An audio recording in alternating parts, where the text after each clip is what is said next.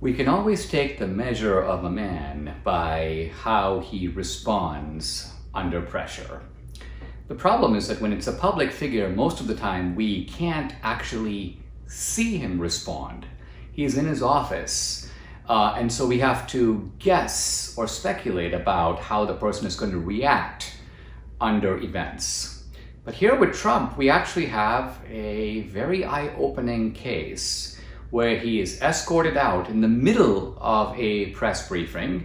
Excuse me?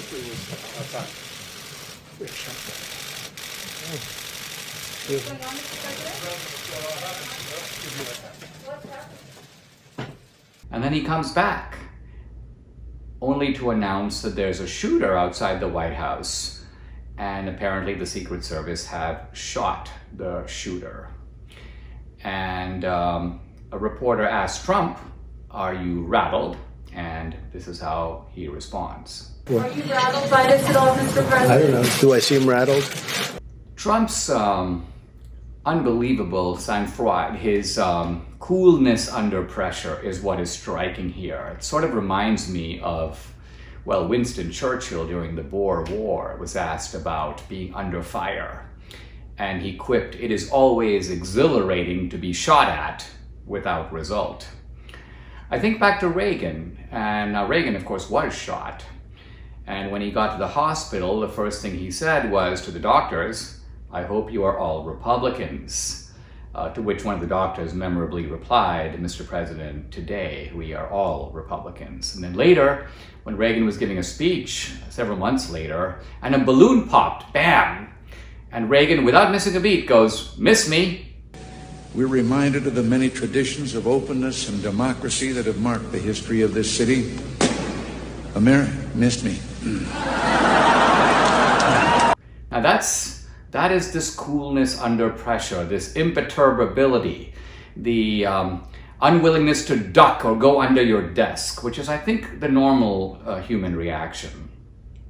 Now, on a less inspiring note, I'm already beginning to see from the left sly insinuations that it would have been a good idea had the shooter succeeded. There's tweets that in effect say, "Oh wow, there's some good news and bad news, and the bad news is that President Trump is safe." That's the bad news. And here I think we see how deeply our politics has been corrupted and poisoned. Because the rhetoric that has been hatched now for 4 years, a rhetoric that continues to this day. President Trump has killed hundreds of thousands of people, as though he killed them personally. Whether or not you agree with his policies, this kind of incendiary rhetoric that kind of presents Trump as some sort of a murderer encourages extremism and fanaticism and assassination attempts. I remember after 9/11, a French leftist, a very prominent writer, said they did it, meaning the Islamic radicals did it, but we wished it.